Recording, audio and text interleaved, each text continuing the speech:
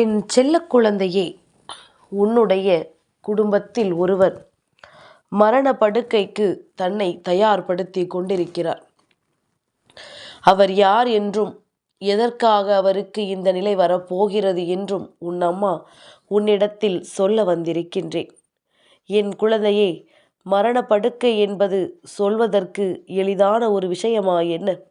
ஒருவரின் வாழ்க்கையே முடியப் போகின்ற தருணம் அல்லவா? இந்த வாழ்க்கையில் ஒவ்வொருவரும் தான் தொலைத்துவிட்ட பல சந்தோஷங்களை தேடி வாழ்ந்து கொண்டிருக்கின்ற இந்த நேரத்தில் மரண படுக்கைக்கு ஒருவர் செல்லப் போகிறார் என்றால் நிச்சயமாக இதற்கு பின்னால் ஏதோ ஒரு விஷயம் இருக்கிறது என்பதனை புரிந்து கொண்டு உன் தாயானவள் என்னுடைய வார்த்தைகளை நீ செவி கொடுத்து கேட்க தொடங்கு. என்ன நடக்கிறது, ஏது நடக்கிறது என்று தெரியாமல் என் குழந்தை நீ விழிபிதுங்கி நின்று கொண்டிருந்த காலமும் உண்டு. யாரை நம்புவது, யாரை நம்பக்கூடாது என்று தெரியாமல் நின்றதும் உண்டு. சில நேரங்களில் இரத்த உறவுகளையே நாம் நம்ப முடியாத அளவிற்கு இருந்து விடுகிறார்கள். வாழ்க்கையில் எதையாவது செய்து கொண்டிருக்கின்றார்கள். எந்த விஷயத்தையாவது செய்து மற்றவர்கள் மத்தியில் அவ பெயரை தேடிக்கொள்கிறார்கள். சில நேரங்களில் நல்ல செயல்களையும் செய்கிறார்கள். இப்படியாக உன்னுடைய வாழ்க்கையில் எந்த ஒரு விஷயத்திற்குமே சரியான முடிவு கிடைக்காமல் நீ தவித்து கொண்டிருக்கின்றாய். இந்த நேரத்தில்தான் இந்த வராகி உன் முன்னால் வந்திருக்கின்றேன். என் குழந்தையே, நான் உனக்கு கொண்டு வந்திருக்கின்ற செய்தி, உன்னுடைய குடும்பத்தில் ஒருவர் மரண படுக்கைக்கு செல்லப் போகிறார் என்று. அப்படியானால் அதற்கு ஏற்ப இவர்கள் ஏதோ ஒரு விஷயத்தை செய்திருக்கிறார்கள் அல்லவா? சாதாரணமான விஷயம் அல்ல. அவ்வளவு எளிதில் யார் வாழ்க்கையிலும் நடந்து விடாது. ஆனால் உனக்கு நடக்க வேண்டும் என்ற விதி இருக்கும் பொழுது அது யாராலும் மாற்றிவிட முடியாது.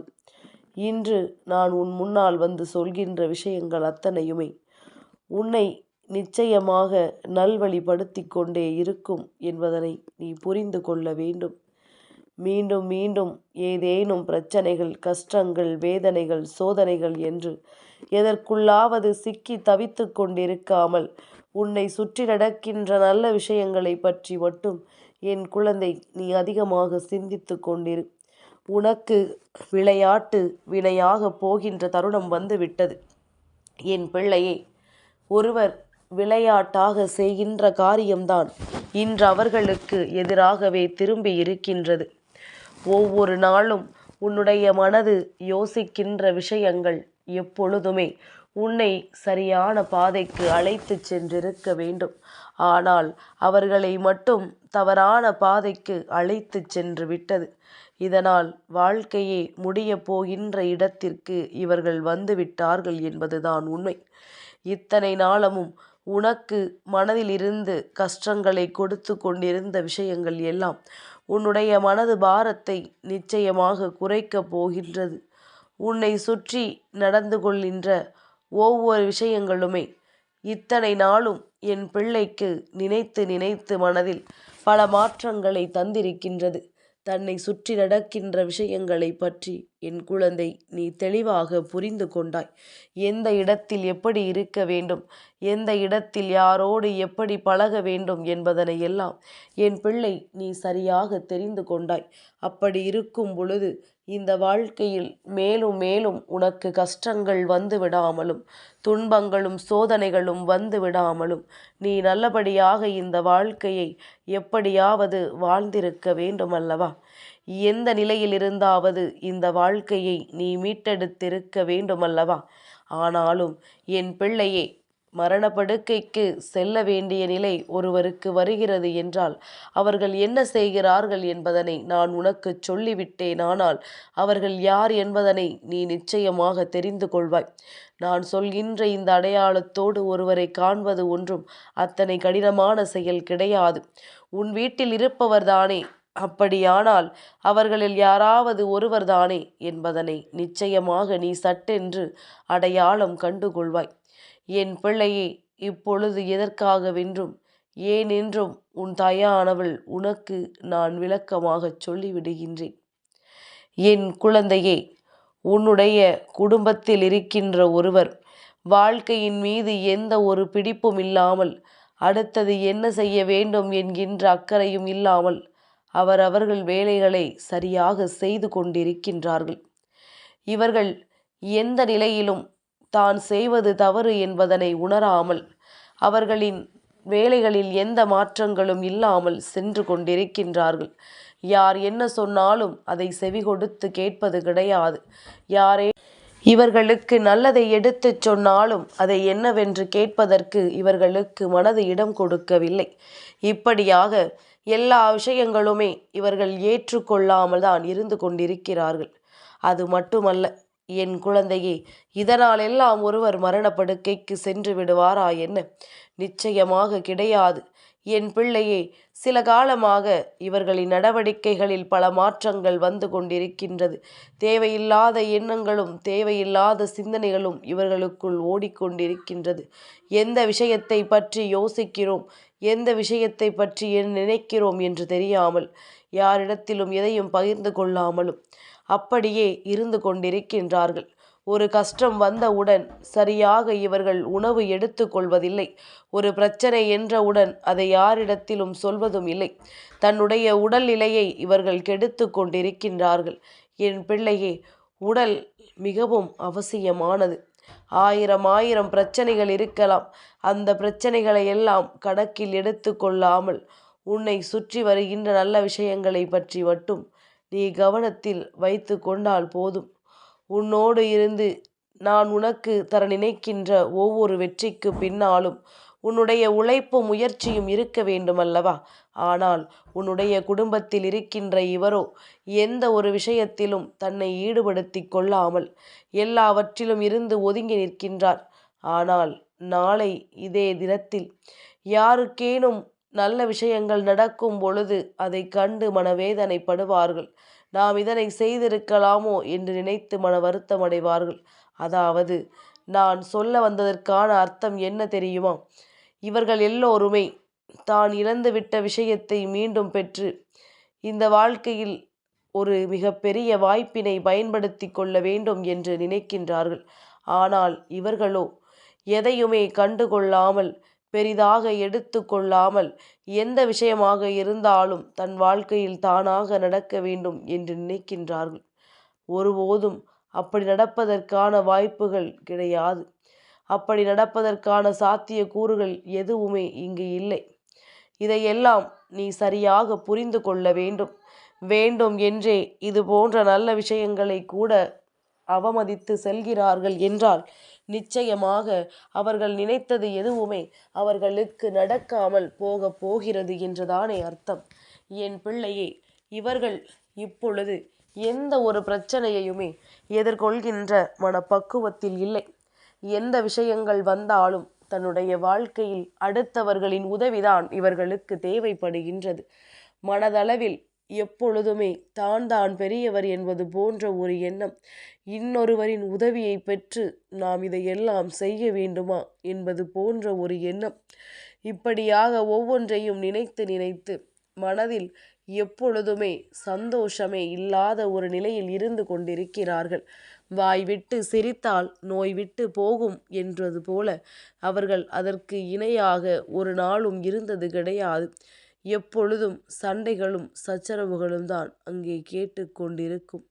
அதுபோல உன்னுடைய வாழ்க்கையில் இருக்கின்ற எல்லா விஷயங்களையுமே நீ சரியாக புரிந்து கொண்டு நடந்து கொண்டே இருக்க வேண்டும்.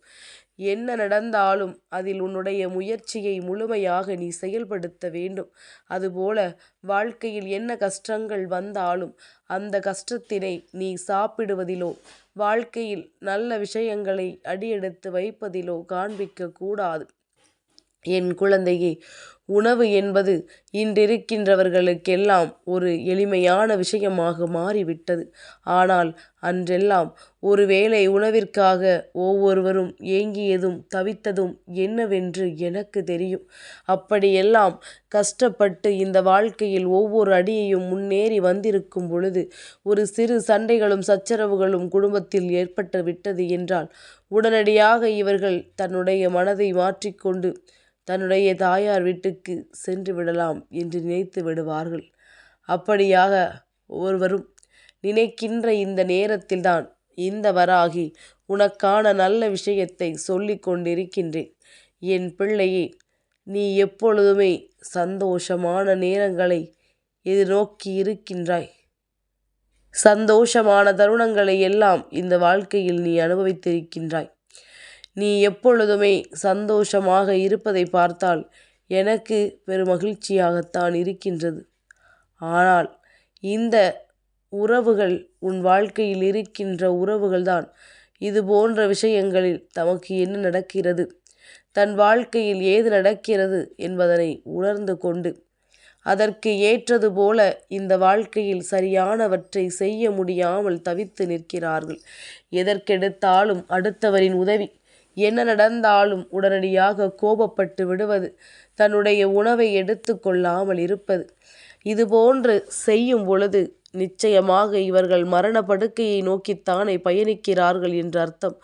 இவர்களினுடைய வாழ்க்கையில் எப்பொழுதுமே பெரிய மாற்றங்களை கொண்டு வந்து கொடுத்து கொண்டுதான் இருக்கின்றது.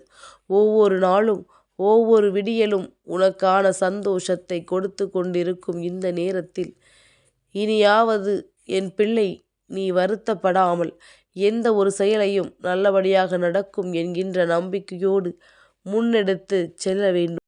இப்படியாக வாழ்க்கையின் மீது யாருக்கு அவநம்பிக்கை வருகிறதோ அப்பொழுது தன்னுடைய வாழ்க்கையை முழுமையாகவே அவர்கள் அழித்து விடுகிறார்கள். அப்படி செய்யும் பொழுதுதானே இவர்கள் எல்லா சந்தோஷத்தையும் இழந்து எல்லா கஷ்டங்களையும் அனுபவிக்க தொடங்கி விடுகிறார்கள் என்பது உண்மை. தேவையில்லாமல் அடுத்தவர்கள் வாழ்க்கைக்குள் தலையிடுவது யாரும் செய்யக்கூடாத விஷயம். தன் வாழ்க்கையின் மீது தனக்கே நம்பிக்கை இல்லை என்றால் வேறு யாரால் இந்த வாழ்க்கையை உனக்கு கொடுக்க முடியும்? இதையெல்லாம் தெரிந்து புரிந்து உணர்ந்து இந்த வாழ்க்கையில் உனக்கான தேவைகளை எல்லாம் நிச்சயமாக நீ நிறைவேற்றி கொடுக்க வேண்டும். உன்னோடு நான் இருக்கின்ற பொழுது நீ நிச்சயமாக உனக்கு இந்த வாழ்க்கையில் நடக்கின்ற அத்தனை விஷயங்களையும் என்னவென்று உணர்த்தி கொடுப்பேன். வாழ்க்கையே வேண்டாம் என்று நீ நினைத்தாலும் தெய்வம் நினைத்தால்தான் அந்த வாழ்க்கை உன்னை விட்டு விலகிச் செல்லும் என்பது எப்பொழுதுமே நினைவில் இருக்கட்டும். அதுபோல இன்று உன்னுடைய வாழ்க்கையில் நடக்கின்ற ஒவ்வொரு விஷயங்களையும் என்னவென்று நீ சரியாக புரிந்து கொண்டு மேலும் மேலும் இந்த வாழ்க்கையில் எவ்வளவுதான் கஷ்டங்களும் துன்பங்களும் வந்தாலும் அந்த நிலையில் நாம் நம்முடைய நம்பிக்கையை கைவிடாமல் நம்முடைய உணவு பழக்க வழக்கத்தை யாருக்காகவும் மாற்றிக்கொள்ளாமல் நீ நல்லபடியாக இருக்கிறாய் என்றால் நிச்சயமாக உனக்கு மிகப்பெரிய சந்தோஷம் ஒன்று காத்து கொண்டிருக்கிறது. எப்பொழுதும் போல என் பிள்ளை தன்னை சுற்றி வருகின்ற விஷயங்களுக்காக தன்னுடைய மனதை வேதனைப்படுத்தி கொள்ளாமல் தான் தைரியமானவர்கள் என்பதனை உணர்ந்து கொண்டு தன்னை சூழ்ந்து வருகின்ற அத்தனை பிரச்சனைகளிலும் இருந்து தன் வாழ்க்கையை காப்பாற்ற எப்பொழுதுமே தயாராக இருக்க வேண்டும் என்பதனை புரிந்து கொண்டால் போதும். எதிர்வரக்கூடிய நேரங்களிலும் எதிர்வரக்கூடிய சூழ்நிலைகளிலும் என்றும் என்றென்றும் நான் இருக்கிறேன் உன்னோடு என்பதனை நீ புரிந்து கொள்ள வேண்டும். எப்பொழுதுமே மனது கவலைப்பட்டு கொண்டே இருக்கிறது என்றால் உன்னுடைய வாழ்க்கையும் முடியக்கூடிய தருணம் அதிகமாக வந்து கொண்டிருக்கிறது என்கின்ற அர்த்தமாகிவிடும். இந்த வாழ்க்கையில் மேலும் மேலும் உனக்கு பிரச்சனைகள் வந்து கொண்டிருக்கிறது என்பதனை நோக்கிய உன்னுடைய பயணமாக இது மாறிவிடும். என்ன நடக்கிறது, ஏது நடக்கிறது என்று சொல்லி எதற்கெடுத்தாலும் தன் நம்பிக்கையை மட்டும் ஒருபோதும் இழந்து விடாதே. உன்னை சுற்றி நிச்சயமாக இந்த வாழ்க்கையில் பல நல்ல விஷயங்கள் நடந்திருக்கின்றது, பல கெட்ட விஷயங்களும் நடந்திருக்கின்றது. ஆனாலும் எந்த விஷயத்திற்கு முடிவிலும் வாழ்க்கையை முடித்து கொள்ள ஒருபொழுதும் நீ நினைத்தது கிடையாது. என்ன நடந்தாலும் எது வந்தாலும் நாம் வாழ வேண்டும் என்ற துணிச்சலோடு இருக்க வேண்டும். உன்னுடைய மன வலிமை உன்னுடைய உடலை தூக்கி நிறுத்தும். அதனால் நிச்சயமாக இதையெல்லாம் செய்து இந்த வாழ்க்கையில் உனக்கான தண்டனைகளை எல்லாம் நிச்சயமாக இன்று நீ இந்த வாழ்க்கையை விட்டு விரட்டி அடிக்க வேண்டும். வாழ்க்கையில் எப்பொழுதுமே பசி என்பதே இருக்கக்கூடாது. பசி என்பது உன்னுடைய உணவுக்கு பின் மருந்தாகும் என்பதனை புரிந்து கொண்டு எப்பொழுதும் போல மனமகிழ்ச்சியோடு இரு.